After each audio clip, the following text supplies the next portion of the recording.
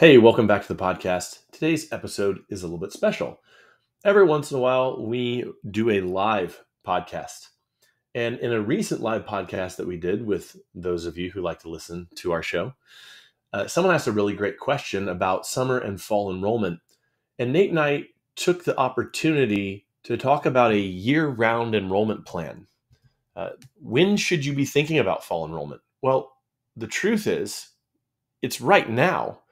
We're here at the end of 2024 when this podcast episode is airing, but the time to be thinking about summer camp and fall enrollment for 2025 is actually right now. The earliest stages of planning need to be occurring at this moment. And so in this little short clip that we took from this much longer live Q&A that we did, Nate and I get into summer enrollment, fall enrollment, pre-registration, and a year-round enrollment calendar.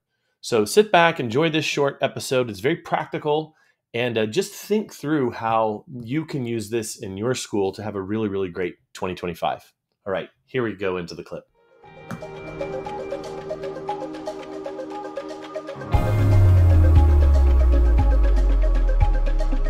Jill wrote this. Picture this. Your studio is humming along, increasingly slowly, but surely month by month. In a year, you've marketed effectively, focusing on increasing local exposure, and have doubled your students. Congrats.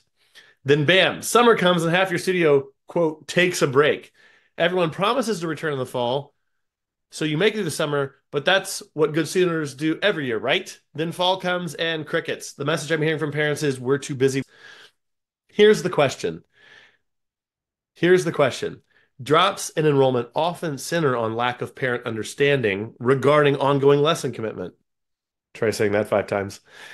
How do we as studio owners and teachers best drive home the consistent message that learning an instrument takes dedication in the form of regular long-term lesson attendance and practice without overwhelming those families, parents, and students? And then the other person who submitted something very similar said, it's my usual gripe. After the summer, this is their challenge. After the summer holidays, some students don't return. They take up a sport instead. Students aren't prepared to stick at it. I then spend the fall semester trying to build up my numbers again. So Nate, we've done episodes on this. We might even drop that in the show notes. I even went on a rant on one recently. What happens when students want to, quote, take a break? We released an episode recently called that. And we have talked about, those summer blues before. But, this is one of those perennial. Yeah. We hear this so consistently. So First of all, Jill, no, you're not alone. That's the one thing we all have to we have to know that we're not on this journey. This is not a solo quest. And Nate, maybe for the purposes of maybe what we should do here is what is BMF's number one thing that you do to prevent this? Let's take that tack. Super practical. So first of all, we ensure that we get commitments by the end of the spring for the fall. So the very first, we've done some cool re-enrollment episodes. I just worked with one of my clients on this exact thing, which is just rolling out you start in March. You start communicating you get organized in March, you communicate in April, you get commitments in May. By June 1st, you're done with X percentage of your re-enrollment for the fall. In the case of Brooklyn Music Factory, we want to see that by June 15th, I'm going to say, we have 65 to 70%, somewhere in there, of all of our existing families have paid a $95 deposit towards holding their place in the fall. So obviously, you already know, Jill, families shift. I mean, my family's schedule shifts, right, between the spring and the fall. But what's most important is that $95 commitment. It's saying, actually, I'm committed to you. I understand that this is valuable enough now that I want to ensure it continues then. And so, obviously, they have other things. They have soccer, they have art, they have dance, they have SAT prep, all kinds of things, right? And it's not that those are less valuable. It's that you're trying to get ahead in the line. That makes sense, right? You're trying to make sure that they've already said that, and then that way. So, for example, at a place like Brooklyn Music Factory, let's say there's, let's say we have 400 students in the spring. I'm just going to use a round number for now. 400 enrollments. We want commitments from 300 of them would be amazing, but we'll take 250. 250 $95 deposits are paid by June 15th. Now we have a concrete list of the remaining 150 that we're proactively working with through the summer to try to get, of those 150, another 50 to 75 to commit before the fall rush when parents are freaking out, right? When all of a sudden soccer academies talking about their schedule. So that's what we do, and we do it starting with getting organized, i.e. in terms of automated email campaigns, getting the teachers trained to write musicians' journeys in April, paying them to write these detailed reports on their students, etc. And then in May, making sure our sales team is lined up and they have one focus in May, which is all about re-enrollment deposits. That's it. They're not enrolling. We're definitely not enrolling any new students. I don't want any new students. I want nothing except for a confirmed re-enrollment for the fall. And by the way, for those of you that have gone through our summer camp episodes, we've done some really good ones. This is precisely why we want our summer camp, which is a huge program, to be totally sold out by May. Because I don't want to be doing summer camp sales in May and June because I have fall sales to focus on. So, Jill, here's my question for you. Hearing what Nate said, and this is the beauty of doing this live where we can actually speak to you. What pushback do you have, or what additional questions does that spark for you, if any? I'm curious, like when you hear that, I'd love to know what your thoughts are. First of all, thank you for taking my question. Yeah, And sure. Nate, I love that you start so much earlier in the year than my head is even wrapped around the fall. I start thinking about fall probably at the beginning of summer, which is way too late, like you said. It's Mhm. just way too late. So it's really good for me to hear how you do it. You're, of course, much, much bigger than I am, but it doesn't matter really because parents are already thinking fall when they're kind of screaming through the spring because they're already thinking about those sports, et cetera, et cetera. And, um, their summer trips are already planned, et cetera. So that is huge for me to be able to think, Mm. okay, back up your planning way earlier. I think that will be incredibly helpful. I've never considered taking a deposit, but why not? People do Yeah. deposits for everything. Yeah, So listen, just think of the things you put the money down on, Jill, that matter to you. You exactly. know, I just bought 4 theater tickets in Brooklyn, and it's 10 months before I'm even going to go to the fourth show. You know what I mean? So, like, that's a perfect example. Can I just highlight something you said there around it never occurred to me? I usually am doing it in June. So many of the systems we build, Jill, are around improving the mindset of anticipation, right? So, like, if we think about it in, like, we have this thing called the lesson count calendar. I was just working with another school owner on, and it's a total spreadsheet. It like built like Nate would build it because that's how I like to look at things, right? But I was like, dude, don't worry about what it looks like. Understand the principle here. The principle is that in March, when the public school calendar comes out, you are developing your calendar for the next year because you already know when the school holidays are going to be. Or let's if you adopt a private school calendar, that's fine. Or if you do a blend. But the point is March of the previous spring is when you design the following calendar year. And just by the mere fact that you set aside 2 hours to design that calendar and decide when you're going to be closed and when you're going to be open and all the things, your school aligns with your own personal life, et cetera. Just by the mere fact that you've done that, Jill, you've put yourself in that headspace of opening up a re-enrollment campaign. Right. You know what I mean? So all you have to build in is like 3 to 5 of these little sort of habit tricks in your system. And then next thing you know, you'll be like asking for a $95 deposit. We all know all of the tools are there for us to take a $95 deposit. And most of the time we aren't ready and willing to message because we haven't actually organized in our own head what next year looks like.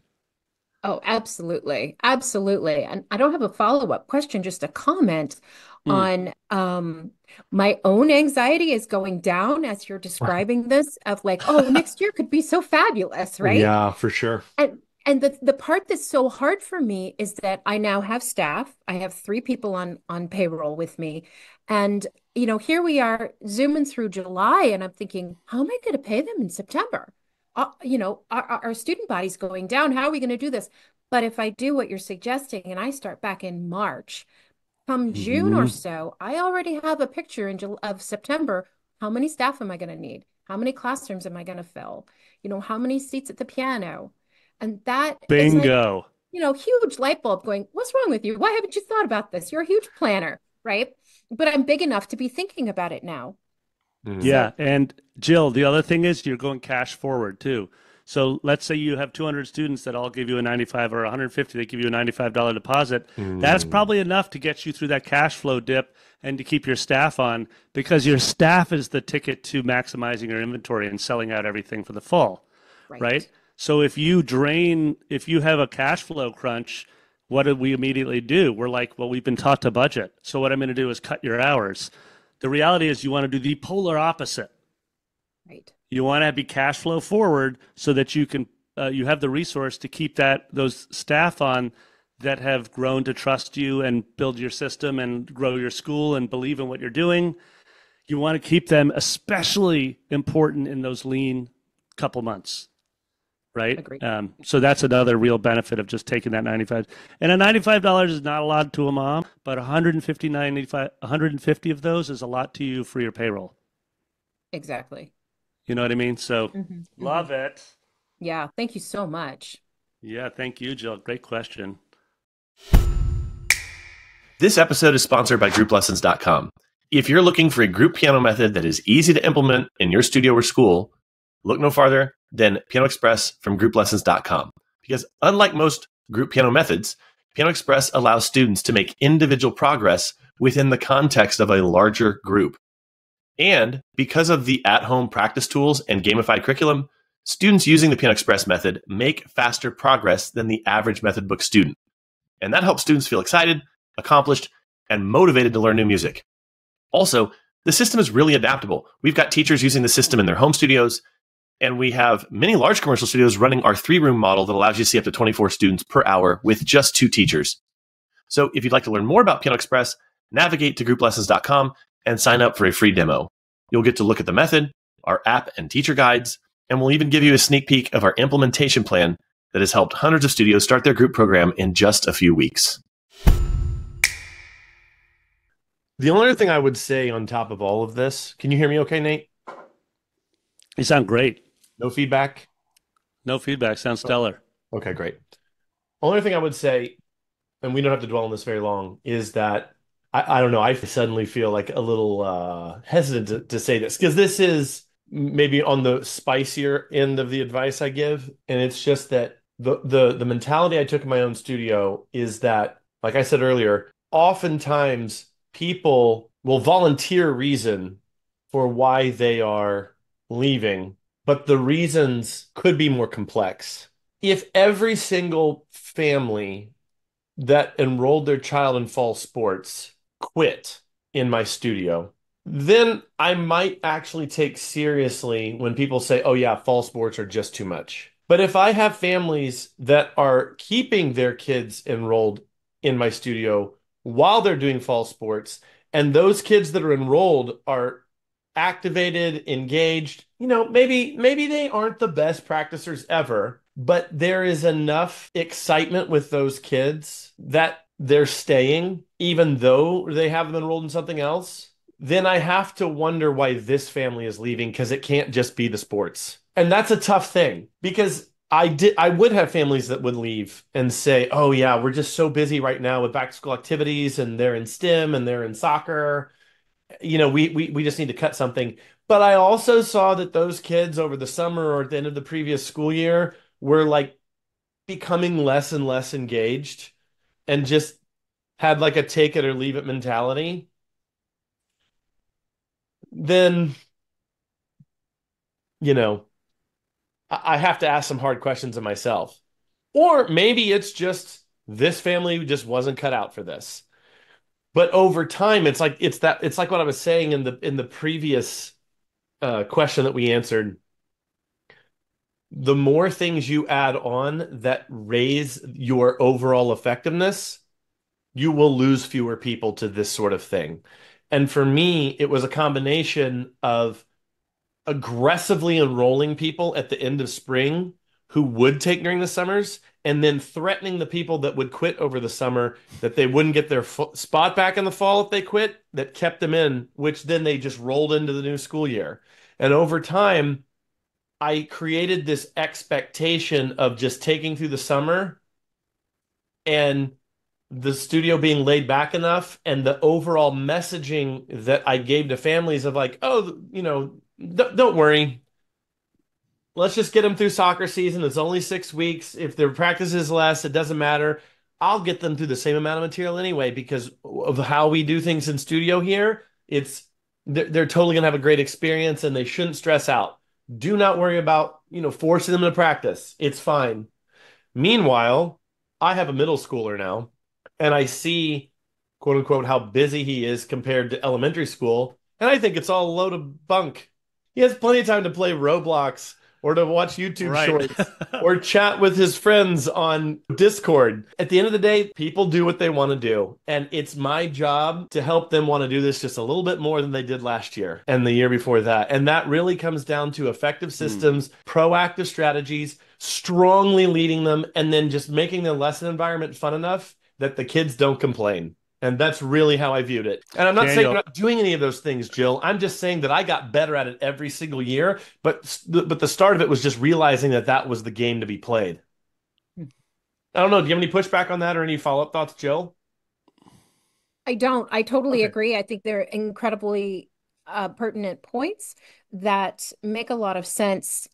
Again, with what Nate said of starting earlier in the year and get those parents starting to think about, well, what is your fall schedule going to be like? And then giving them a little bit of pushback of, oh, you can do sports and piano. In fact, they go hand in hand. They really feed each other. They create this wonderful, well-rounded human being because people feel like it has to be one or the other.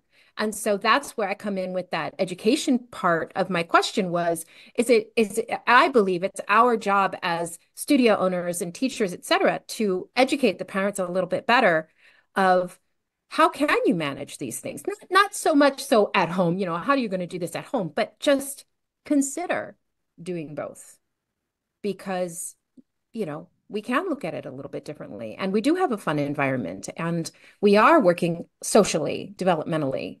We're working with the brain, we're working with the body.